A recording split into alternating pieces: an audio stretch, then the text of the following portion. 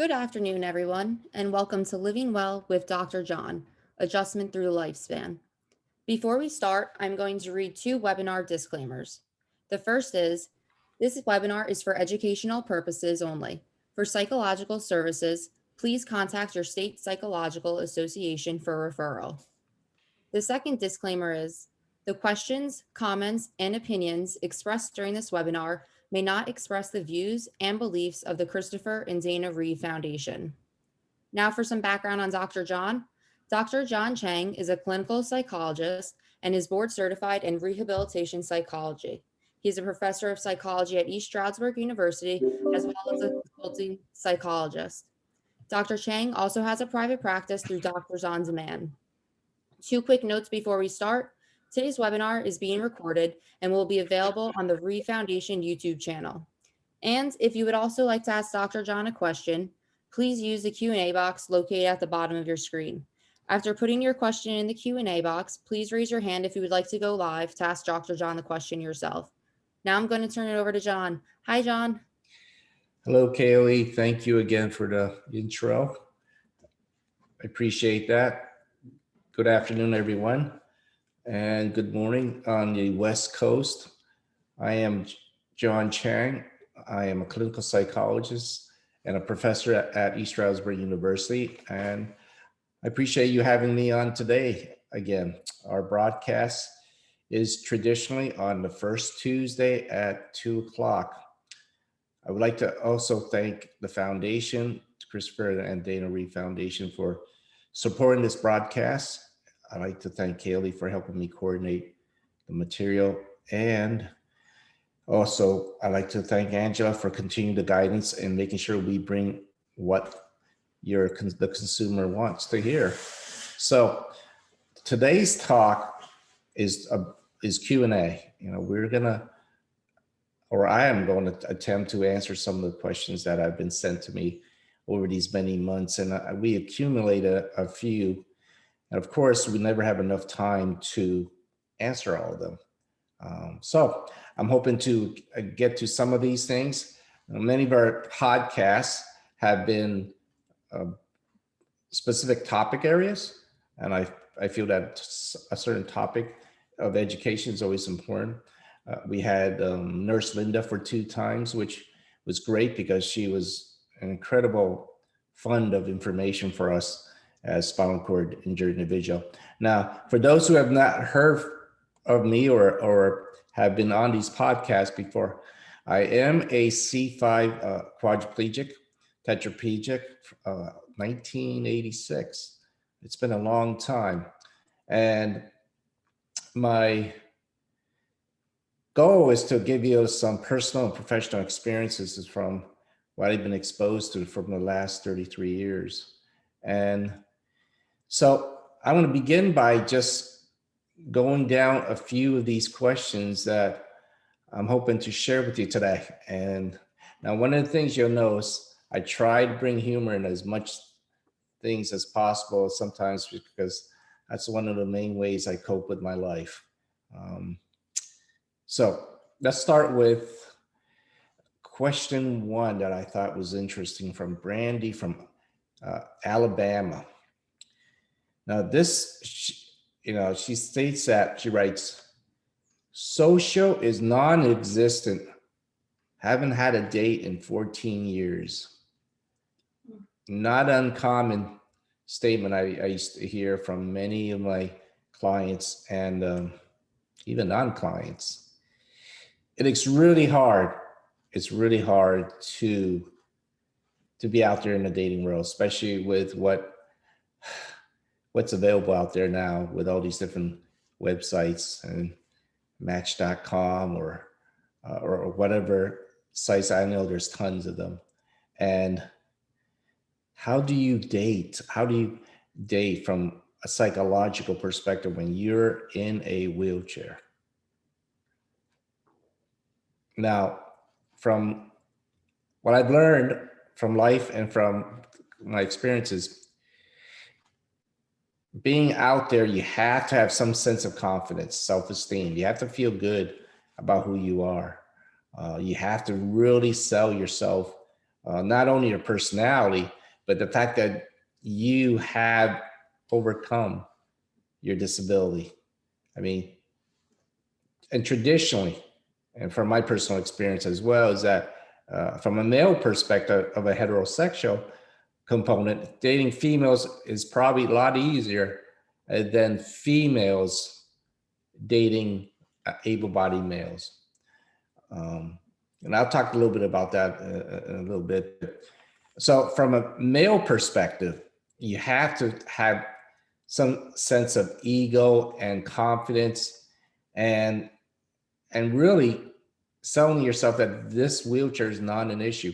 Now, I've been exposed to where the wheelchair becomes a barrier to any sense of intimacy and proximity and even closeness. And that, again, I'm not going to be able to tell you everything's going to go away if you think a certain way. No, it doesn't work that way.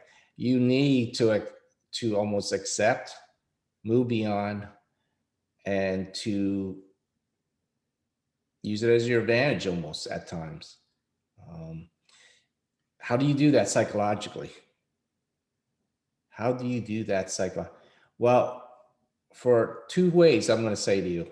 One of it's biased.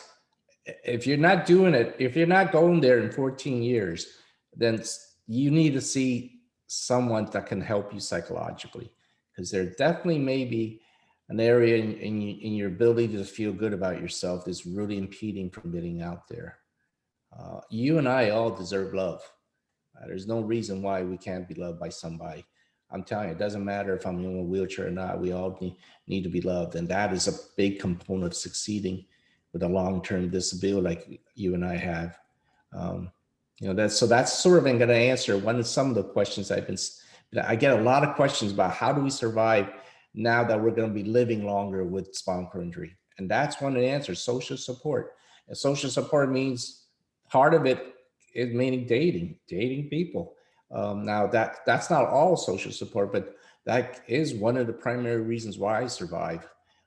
From my wife to my caregivers, social support is very important. So getting out there dating, you need to overcome your fit. How do you do that? One, go to therapy if you need to. I'm biased, I know, being a psychologist. Two, you need to get involved with activities that have other people that are in the same situation. Okay, by being in those groups, those sports groups or those social groups, you don't notice the disabilities much because everybody's in the same boat, and you do feed off their energy. There's some sense of just that being part of that group. Birds of a feather flock together. Absolutely. So we like to feel that we are able to identify with each other. So that's the two areas I would say from a standpoint psychologically. You got to be out there, with people similar boat. They will help you navigate so many of these things. Second part is get into some therapy, and not all people get depressed and anxious after a spinal cord injury. They thought in the beginning, everybody must go through depression after you become paralyzed, and research doesn't show that. But I can tell you, if you're isolated and you're not out, you're going to have more likely to be potentially have depression or anxiety. So, okay, let's try another question. Stephen from Texas, he writes, and this is a little overlap where I'm just saying, I am getting older. I'm injured for 8 years now and currently 63. Realize aging process affect all my mind and body, probably more so being in my condition. What do people do to maintain their mental and physical health as they age? 70 years old, even to 90, he's saying, yeah, absolutely, that's game high. What are the expected healthcare costs on those? Well, as you know, healthcare costs is always a lot higher for us. I'm constantly having to purchase things that most insurances are not going to cover, so it's always out of pocket. Um, Personally, like for example, I'm going to give you an example. Recently, I've been sitting in the same wheelchair for 9 years, and things start to fall apart, as you and I know, right? So they come, they're like, my God, you're in the same chair for 9 years, you need a new one. So you go through insurance and you got to go through the process of getting it. And they said, well, we noticed that your current chair has literally no backing on it. You're sitting, and I'm like, is that why I'm so much pain by the end of the day? She's like, yeah, maybe. And I've gotten so used to the pain that, not that I'm used to it, but it's the fact that that's part of my life, that I didn't realize that my back of my chair needs more cushion. So now you have to pay for that. Now you're getting a new chair. They're not going to pay for a back and a new chair at the same time. So everything comes out of pocket for that. Um, so I said to him, look, how long is it going to take for me to get this new back? I don't want to get it a week before I get my new chair. What's the use of having to pay for all that? And so the frustration of growing old is constantly being on top of all the medical decline you're having. You, as a spinal cord injured individual, will experience more likely a deterioration approximately 15 to 20 years earlier than others who are in the same age. Now, my body feels like I'm 70 years old. Now, tell me, people who are listening out there, tell me yes or no out there, are you going through a lot of those physical deteriorations that you feel like other people are already, that you see that are older than you, the arthritis, the general pain, the muscular weakness? Uh, Let me know on a chat if you're going through those things as well. Um, and so, yeah, Steven says, I'm a quadriplegic. Independence is the most difficult thing. Absolutely. Uh, I still struggle with that, having to get up every morning by someone else's time. I think that was one of the hardest things to get used to, having to go to bed at a certain time. And then if you do stay up late because you want to, having to get up anyway. So you go to bed at 1 because you're watching if you're watching a movie or you're watching any basketball or football tours late, and then your caregiver is still coming at 6 in the morning. It's like, the next day you're shot, right? And anyone out there, again, let me know. Do you go through the same schedule like I do, where you have to be on someone else's schedule all the time? How frustrating and is that, the loss of independence? Now, I'm going to say to you, yeah, those are things you can't change. Those are things that are part of your life. Where do you increase a sense of independence? You need to identify other areas. As Beatrice Wright, who's a famous rehab psychologist, the first one who started rehab psychology way in the 1960s, she said, you need to devalue your physicality. You need to devalue certain parts of your life, and you need to increase the value of other parts of your life where you are independent. So, as I stated before in my other podcast, so I do all the bills in the family. I do all the calls in the family for like medical doctor's appointments for everybody. I coordinate many of those things just because I can do them.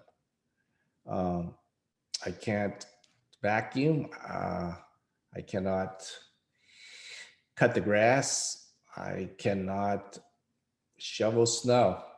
some of those things I'm sort of glad I don't have to do, uh, but you sure feel guilty on not being able to do a lot of times, especially when you are seeing your caregivers having to do it, not caregivers, your loved ones having to do it. And so you feel a sense of guilt. Um, so in finishing up with Stephen from Texas is, what do I expect when I get older? I'm a 63, quadriplegic, presently in good health. And what do I expect for the next 20 years? Probably what most older people expect over the next 20 years who are not in the wheelchair, but it's going to hit us a little harder. The pain, the arthritis, the muscular weakness, the stamina, those all deteriorate over as you age. Those are not people for not cognition. Now, I haven't even talked about cognitively. What are we going to face? Short-term memory problems. Long-term memory seems to stay intact for older people, but short-term, hey, what did I eat for breakfast? Those things will go. Hey, maybe it's not a bad thing to have to forget your morning routine, because those are all horrendous anyway. So having short-term memory on those issues is not a bad thing. So your ability to organize and but wisdom will increase. The good thing about it, you will get wiser, hopefully, as you get older. Okay. Let's check it out my time here. So let's go to another person's question. Curtis from Louisiana. Now, I point this one out is because I think this one is really important in one way or another. Is he writes, the most difficult issue in adapting to my spinal cord is not being able to work. Yeah. How many of you out there struggle with being able to work? If you can answer that on the chat, are you interested in working? And my first question, and my second question is it difficult to get a full-time job? I'm not talking about part-time. I mean, literally having a career. Is that a difficult process? So let me know on the chat there. What do you go through? I do believe, when I was reading the literature, it said that something approximately like 20% of people with spinal cord injury are employed. Although most people get an education, and actually as you increase the number of years, many people are, I think almost 40%. It's at 40% of people have some type of college education by the time.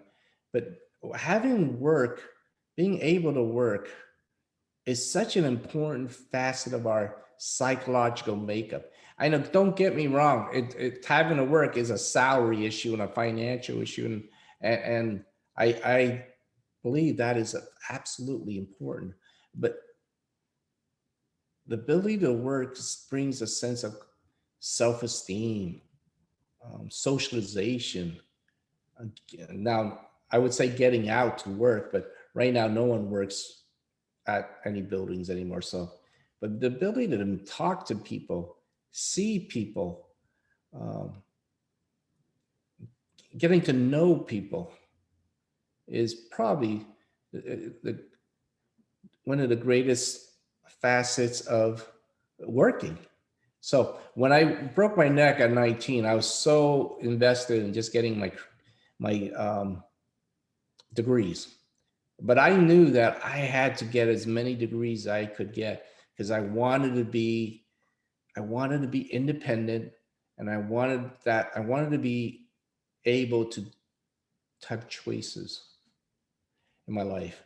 And after 5 degrees and undergraduate, 2 masters, and a doctor, I applied for all these academic jobs, and I was very fortunate. And by doing that, I think it has helped me psychologically to stay out of depression, out of anxiety, of isolation. So it's critical, Curtis. It's critical for you. It's critical for most of you to find a way to get yourself out there. Go back to college. Again, I'm biased about being a college because being a professor, but being in college is one of the best way to learn how are you going to navigate in society and in life. So so get back out there. Go to school. Go to college. All right. And now on the offshoot of that,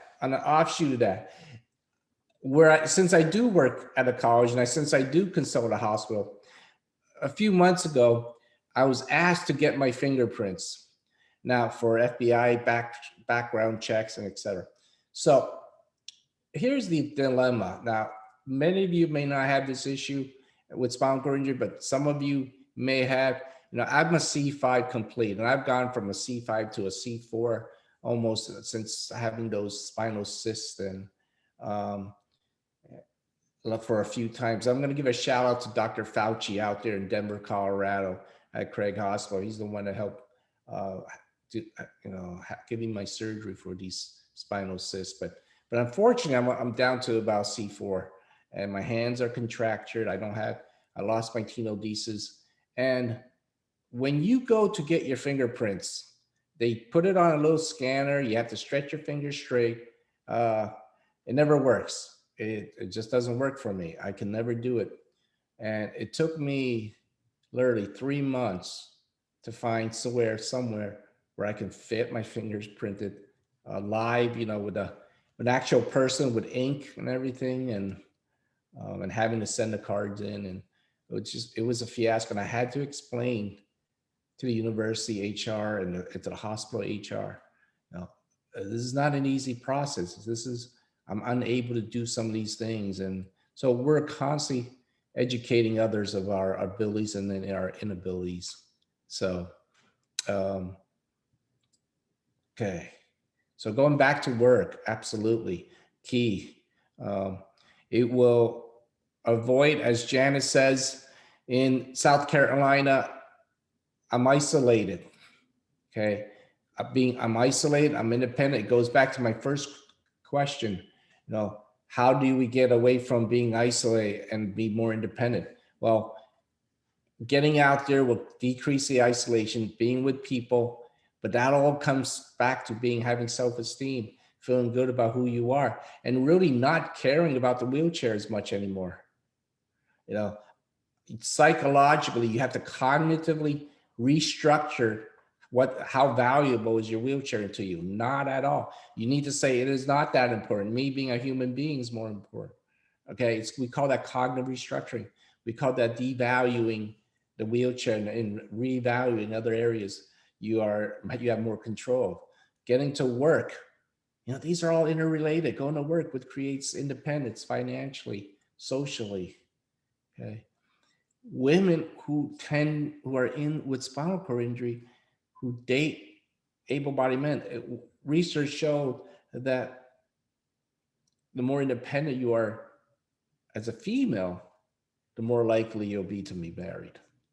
So it's critical to be as independent as you can be, even more critical for if you're a female dating, potentially trying to date a male individual. So, okay. Let's see, we are, okay. Let me look at, here is, again, Leon from Minnesota. I am a 49-year-old quadriplegic, been in a chair for 30 years. See, for so many years, I always felt like I was getting old alone. And since I've been doing this podcast, I've realized there's more of us out there who's getting to those ages of living longer with spinal cord injury. Autonomic dysreflexia. What is the most difficult thing with your spinal cord injury? And he writes, autonomic dysreflexia. Dealing with pain on a constant basis. Man, pain. It's, there's a lot of things in our lives that I think the mind could overcome psychologically. One of the hardest things I feel from a psychologist perspective is pain. Pain, when you have such chronic pain, it is so difficult to do everything else in life. Then, so it's really important that you live or do all the things you can to almost avoid the pain. Um, when we had Nurse Linda here a few last month, it was one of the things two things she taught me, and I'm always learning. She said, never miss your stretches. She said, always exercise, always keep everything circulated. Really important, because I used to skip my stretches in the morning because I got to get up early enough to get to make my appointments. And so now I make an effort not to skip my stretches, even though my morning routine takes 3 hours in the morning. I avoid not skipping those stretches. I keep everything flowing circulation wise. Um, the other thing she taught me, which was very interesting, which I've always thought I knew my medicine at times, but she said, uh, oxycodone won't work for the pain for you for most neurological issues for spinal cord. She said the gabapentin would work better. And I was like, oh, that's interesting, because so taking a gabapentin has helped with my pain. Um, so you need to always try to understand, try different facets to see where the pain is coming from and how you can make it better. To live longer, you need to avoid the pain, not gain weight. I had this quad belly. It's bought and paid for, as everyone always says. Uh, but try not to get heavy, because once you get heavier, then you're going to have more skin issues and all those reasons why I have autonomic dysreflexia. Now I have to tell you a story. Well, all my things are stories, right? It's that's what I do here. I tell stories. I woke up one night. It was like 3 a.m, and my head was pounding, and I knew my blood pressure was up. Um, I was going through one of those autonomic dysreflexia spells that we all write and hate. You can't control it. So I sit up in bed, do the things that we're taught to do. And first thing I do is I check to see, okay, what's clogged up? Is it my suprapubic? What's happening? Usually it's a bladder distension for me to have such a significant autonomic dysreflexia. And lo and behold, that's the issue. So you're already tired. You already feel guilty of waking up if you're a caregiver or your wife, and then so you have to go through this ritual. And of course, you take your blood pressure, and the dang thing wouldn't go down. It just kept hovering around 200, 180 over 100. And I was just like, oh, what other medications do I have to take to try to get through the night? Now you got to get through the night, and you got to get through the next day because you're exhausted. You know, one of the, I don't have it in here. Oh, yes, I do. Uh, it reminds me what Kenneth wrote from Pennsylvania. Kenneth wrote here, it says, people really have no clue what it's like to roll in a day in our wheels, he writes. What is taken for granted can be taken away in a bat of an eye, he writes. Why and how long? Well, this is the frustration part. Why and how long do you think we keep being treated like second class citizens? I think that's a whole nother area of At times we are treated like second class citizens. Unfortunately, it's important that we educate others as much as we can um, about our conditions, because most people do not understand how some of the struggles we go through just to get through our day. Um, I took, I remember one time I was with my wife, and we, I was going to a curb cut, and I was trying to go from the road to the sidewalk, and there was a car parked right in front of the curb cut, and the individual was sitting in there, um, and my wife got really angry, and she wanted to say yell, and I said, please don't, yeah, let me go talk to the individual, and I just said, look, I tapped on the car. I said, hey, do you mind just moving a little bit? You're in front of the curb cut. Um, and so they were like, oh, sorry. And they moved on, and we went, and I remember her asking me, why don't you get angry? Why don't you get pissed off about these assholes? And I'm like, I don't want to give them a reason at times for just being ignorant. I want them to really feel, I want them to understand that they are not doing a good thing by parking no matter everywhere, you know, because they'll find a reason other than just being nice and being a jerk. So I try to be, I try to educate others. I try to treat people with respect because I want them to treat us with respect as well. So that was an instance of way back about ignorance at times. Um, okay, so the so again, coming back to you on some of these questions.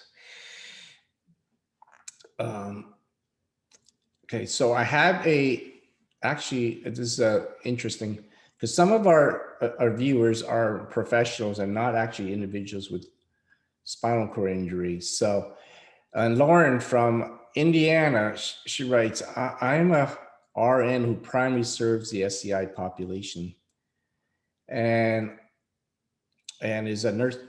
She's great. She's going for her nurse practitioner degree. She says, I would love to hear some how professionals can be support those with SCI medically, physically, emotionally. She, she missed psychologically. So I am always here to learn and to gain newer experiences. So first of all, Lauren, we need great professionals like you who are going to be nurse practitioners, and your interest in sensitivity right away tells me that you're going to probably be a great nurse practitioner. You know, from a psychologist standpoint, it is so critical that the fact that you are learning about how our lives work, the quicker you understand it, the quicker individuals like myself become more comfortable with you. And that's such an important in getting quality care. To have a good relationship with your professionals is important because those are the ones you're going to be comfortable in asking the questions, asking the tough questions, asking the embarrassing questions that some of us may not even talk about. So the fact that you may bring it up, you may bring it up about the pain, you may bring up the autonomic dysreflexia, you may bring about the sexuality. Um, so that helps with our survival. That helps. Don't get me wrong. I'm a perspective of that. I have to control my own destiny. I need to be independent. I need to be uh, proud of where I'm at. But it's so much easier when there's someone around you who already knows what they're doing. And another a good example would be this: if I go to my regular doctor in this area and I need a procedure, I know I'm going to have to educate everybody around me what they need to do, how to do it, how do they need to treat my chair, how do they, and I don't get a lot of ease when I go to these places. But one time when I went to Craig Hospital, which was I was going for something else. I think I was getting consultation for a bladder issue at that time. But I just rode into the clinic right away. They knew exactly what to do, how to get me out of my chair. It was like I had to say no. It was just everything. All the nurses, all the caregivers, they just knew exactly what to do, and that is so nice to have people who actually understand our lives. So it's nice to have that, and it's nice to have Lauren being interested in that. Thank you for asking that question. And again, educate yourself.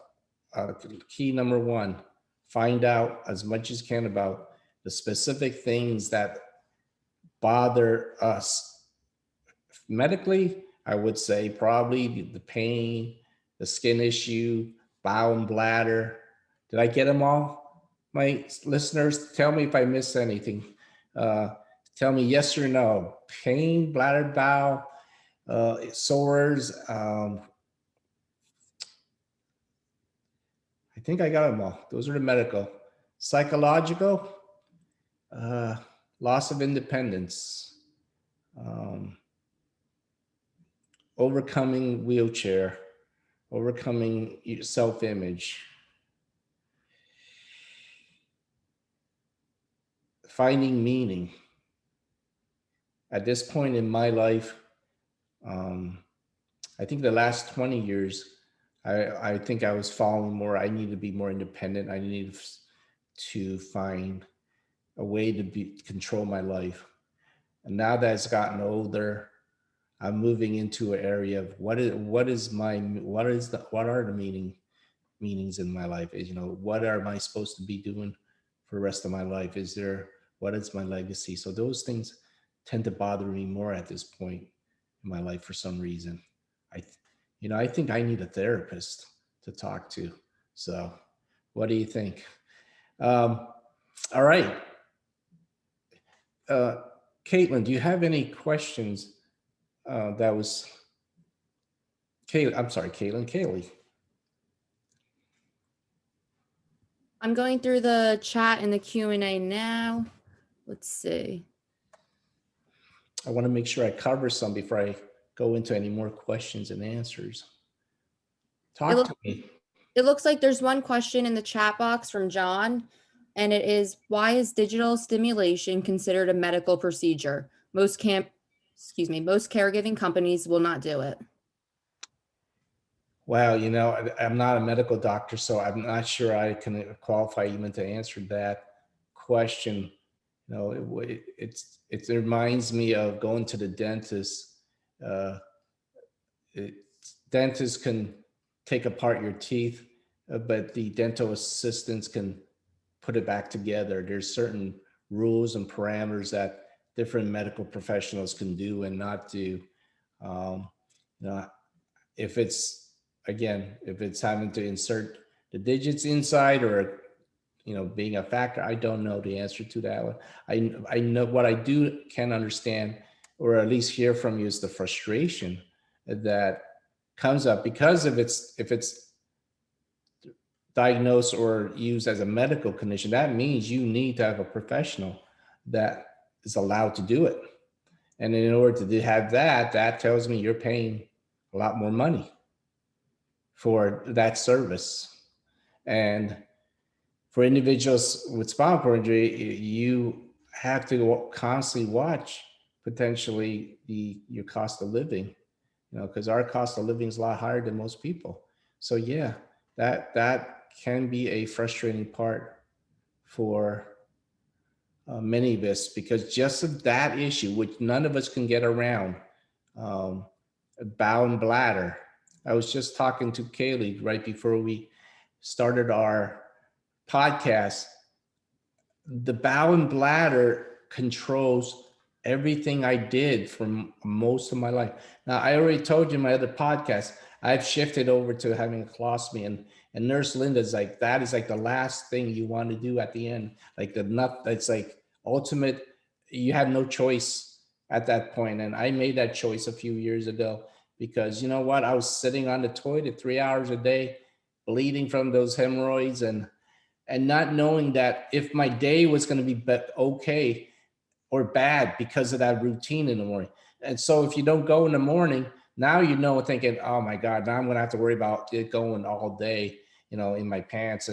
And one of the worst things as an individual with spinal cord injury is to have a bow accident in society, out in the open, at work. What do you do with that?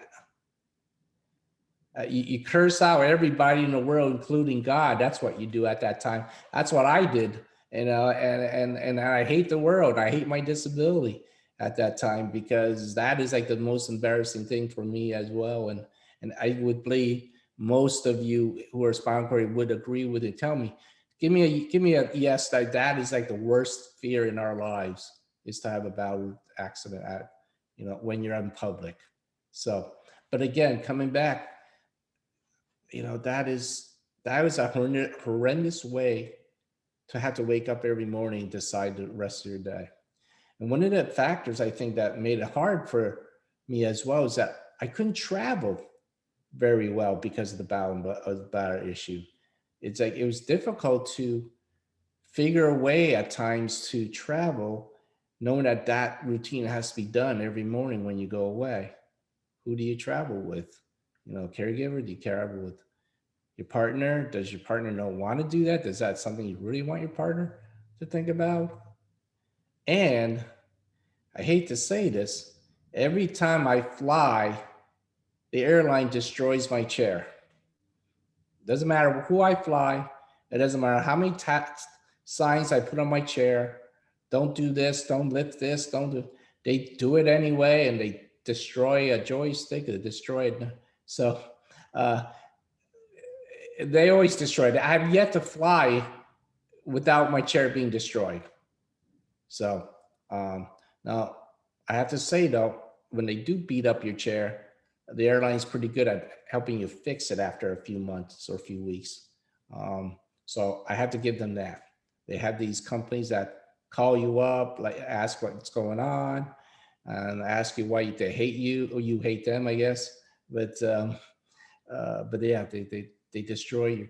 Never look out the window of your airplane if you can look out and watch how they store your chair underneath the airplane, because you'll be scared to death how they bounce your chair around. So, okay.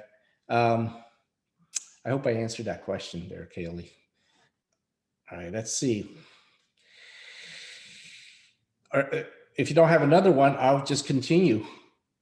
It looks like we have one more in the chat. It's what is a good way to access mental health support within the spinal cord injury community?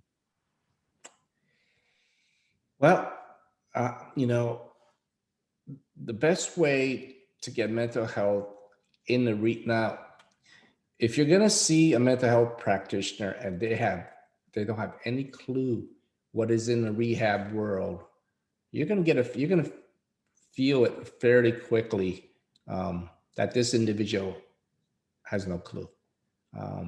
They don't ask the right questions right off the bat.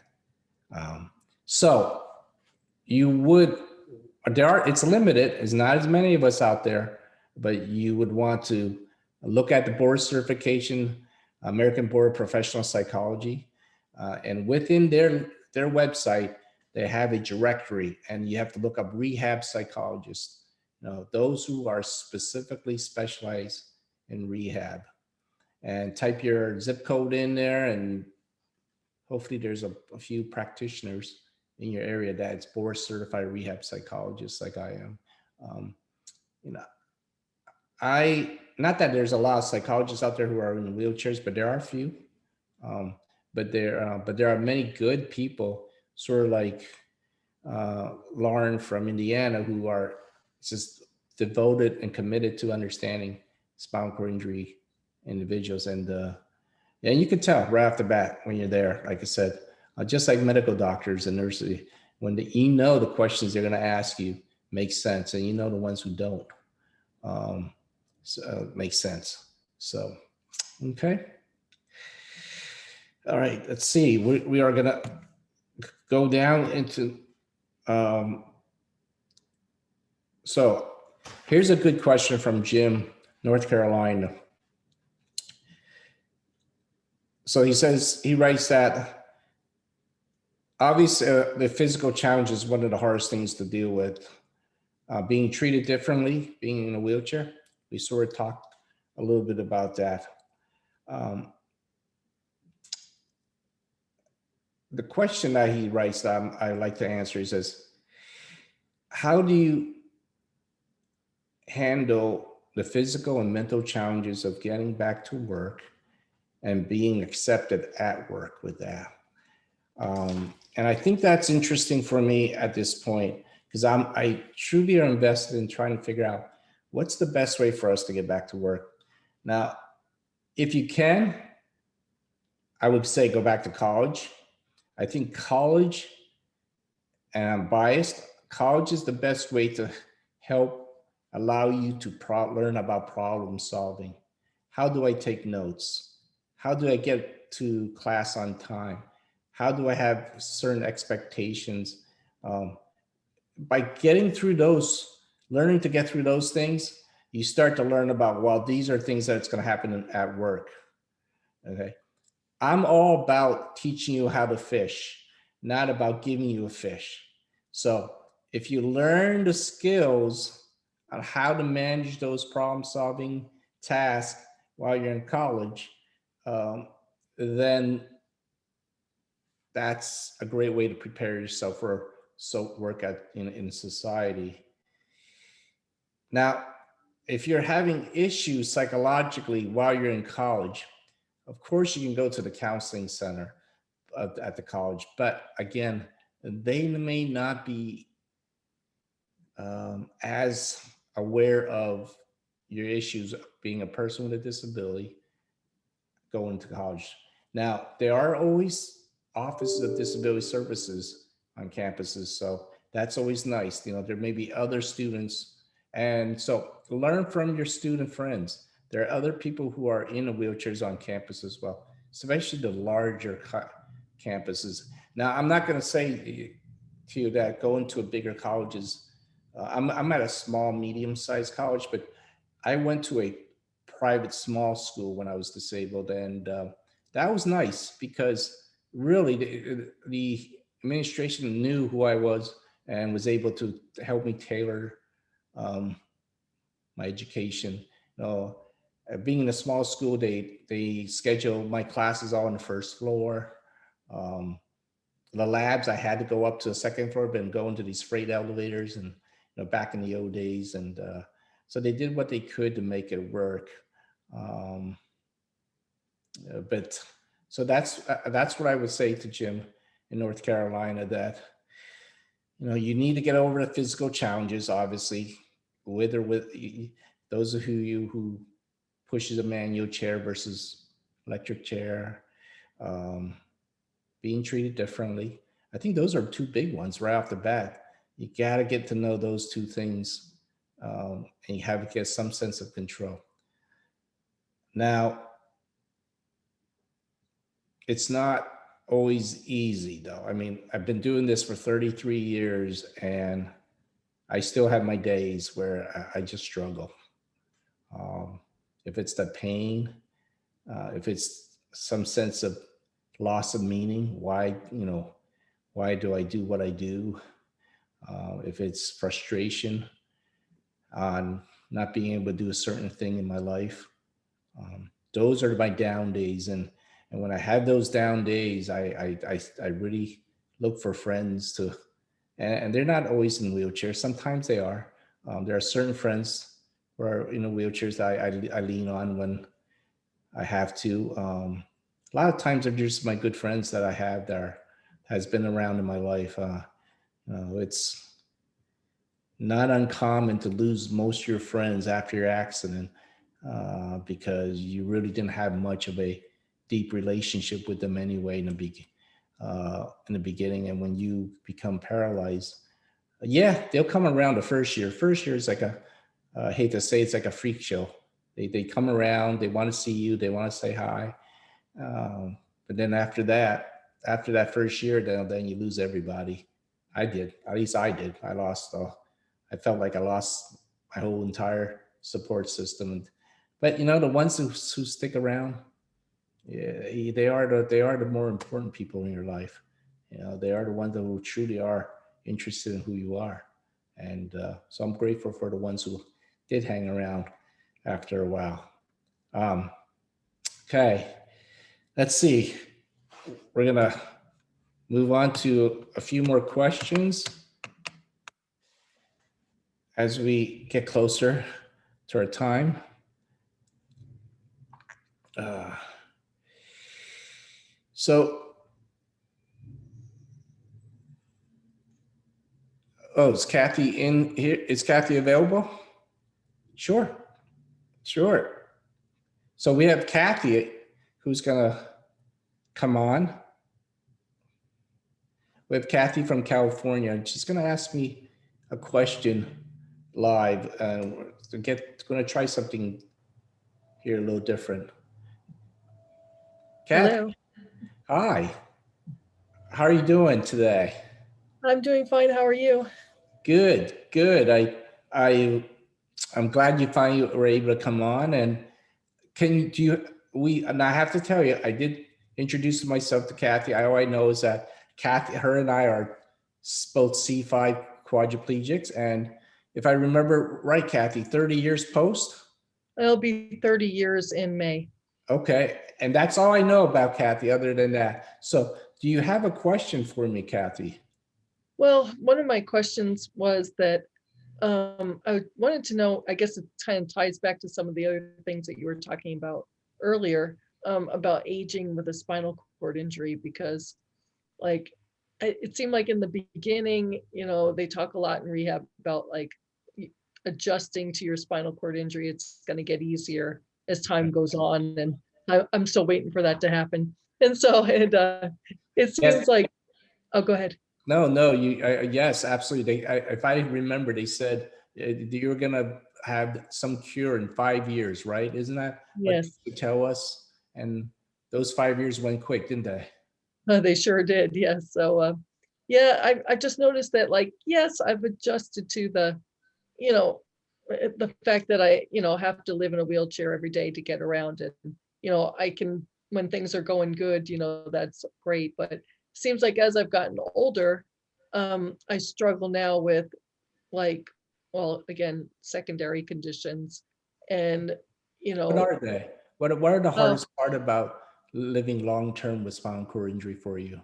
well, I had pneumonia the December before last, and put me in the ICU, and it was really severe. They didn't think I was going to make it. And then on top of that, I've had a pressure sore for the past 2 years Mm, that they haven't been able to seem to, go. figure out what to do with. And so, and of course, with isolation from COVID, it just feels like time, it always feels like time is going by so quickly, and it's time that you can't get back. And so it's like I just feel more anxious to want to get out there and live my life. And yet at the same time, um, gosh, I kind of lost track of what I was saying. I'm sorry. Okay. Take your time. It's so you're. I just asked you, what are some of these things about that are challenging for you, over these 30 years with spinal cord injury? Well, yeah, a lot of the things that you touched upon, like pressure sores and pneumonia, and dealing with bowel accidents in public. I've had a few of those, and that was really humiliating at college and stuff. And then, like, the other thing too, you were talking about is like having to deal with, like, working around your care providers and wanting to be independent and be spontaneous. And they have lives, so you have to, like, ask kind of permission to, yeah, it's like I'm an adult, but I've got to ask permission if I can stay out late, Yes. those sort of things. Yeah. So in some ways, if you feel like a child in some ways. In some ways, I mean, granted, I'm grateful for my care providers. They're wonderful people. But at the same time, yeah, it is difficult when, you want to go do things and you kind of can't, and then trying Right. to explain that to other people. Tell me what over the 30 years, what things have you learned that worked well for you? Well, definitely, I'm lucky that I've always had a sense of humor. I've used that to cope. I've learned how to laugh at myself. I've had some really strange situations, like getting stuck in elevators, and yeah, Yes. it, and like when before I got the suprapubic catheter, and I had to catheterize every 4 hours, which is, I don't even know how I survived that. I was on a trip with a friend and we were in New York City and I had to find like a place to catheterize. And of course, to do that, I had to get out of my chair and lay down. And we wound up in the basement of St. Patrick's Cathedral, look, Wow. looking up at a picture of Jesus. And so it was like hilarious, but that was the only place that would allow me to do anything, you know what I mean? It's like we couldn't get back to the hotel in time. That's a great memory, though. Yeah. I mean, I don't think I ever would ever have that experience in St. Patrick's Cathedral. So, No, I guess not too many people do. wow. And as if I'm hearing you correctly, and um, Kathy, is that you're saying that as you get older, you're experiencing what, like, similar to what I'm experiencing, just a lot more medical issues that are both Yeah. direct or indirectly related to the spinal cord injury. Yeah, it's frustrating because a lot of it's since we've been in isolation from COVID, because before then, like it seemed like just like a year and a half ago or so, I was like going and working out at the school, the college had like a PE, adaptive PE class, and I was volunteering and I felt good.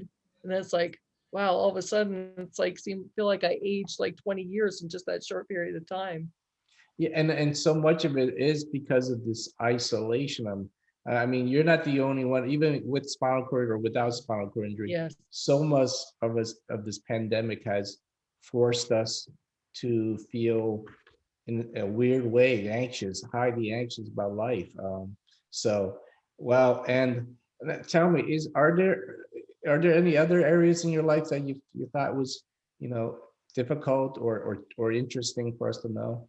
Well, I mean, the other thing is just wanting, I've noticed that now that I'm older too, because I got injured when I was 22, I'm now 51. Mhm. And so, like my interests have changed over the years. There's like you find that, the more comfortable you become, all of a sudden it's like, oh, I wish I could still do this. Or, like I wish that I could like, I don't know, cook a meal for, somebody, or yeah, or take care of my aging parent, or it's like, or participate in putting the ornaments on the Christmas tree. You know what I mean? Like all Yes. these things, like more things seem to come up that you took for granted when you were younger, and you're like thinking, oh, this, I don't really want to do this, but things have more meaning now, and now I want to participate in things that I just don't have the physical ability to do, and sometimes that really takes a toll on me mentally. Yes. And one of the things I hear what you're saying is that those regret of not being able to do certain things. Mhm. It's strangely, you would think as we get older and we get farther away from being able-bodied, that those things would go away. Right. But but I sit here almost every day wishing I can do certain things that I was doing at 19 still. And you think after 33 years, you would stop having those thoughts, but Mhm. they don't go away because I think we're reminded regularly that they exist and we can't do them. Right. You're exposed to having to cook, being around mealtime, and wishing that those memories of when you used to be able to do those things were so nice. And I have this weird thing about wrestling, and I used to wrestle, and I still think about me wrestling in my head. I'm like, why do I have these stupid thoughts in my head? But you know what? Those are things that we enjoy, I guess, prior to our actions. Well, thank you, Kathy, for coming on and sharing those things. And I'll elaborate a little bit more for the listeners. But thank you again for coming on our show here and sharing us your thoughts and your wisdom. Oh, thank you. Thank you for having me. I appreciate it. You're welcome. So Kathy talked about a bunch of things that that are interesting to our listeners, or at least to me as well. Is that one, our life shifts and changes, and for anybody who's not disabled, that is normal. But for us, it seems to be even more obvious. There are certain things that we like to do, and certain things we can't do, and there's certain things we wish we could do. That's why it's really critical for the psychological health. One, understand the medical issues. Kathy and I were both in about the same, we're both about the same age, similar years post-injury. And we are now educating about getting older. You know, what are those things that are coming up? What are those things that I have to do to try to prevent it? That's one. So educate us. Two, we the strength that she have already had figured out over these years are still there, and we need to continue to use them to get through what's coming up. Now, this pandemic has thrown a real wrench in how to adjust. You know, she said, you know, I used to go to the college, I used to do the exercise, and those are social things that made her be part of life. You know, she's isolated at home as like you and I are most of the time. Um, so hopefully, with everyone getting maybe their vaccines and pandemic is slowing down, that we can get back to some sense of normalcy for Kathy and for her to get back out there. You know, I do think, you know, Kathy sounds like a very social person. So the more she's out there, the more she's integrated in society through either um, volunteering, work, any type of interactions. So it's critical for you to be out there, be with people, and really absorb the fact that you are disabled and let it go. Move on, devalue it. Doesn't matter. Shift it to something that's more important. And two, get out there, be out there with people, and enjoy your friends. So it's 3 o'clock. I think we're gonna end this episode of our podcast of Living Well with Dr. John. I'd like to say, talk to me. You know, send me your questions. The more you send me, the better I understand what's needed out there. I hope you enjoy our podcast today, and let me know in the evaluations what you'd like to hear more. If you like this format, and again, thank you, Christopher Day and Reeve Foundation. Thank you, Kaylee. Thank you, Angela, and most important, thanks. I'd like to thank Kathy from LA, from California. I'm sorry, Kathy from California. I don't know if she's from LA. Kathy from California, thank you for coming on and sharing your life with us. Okay, signing off. Talk to me. This is Dr. John. Bye-bye.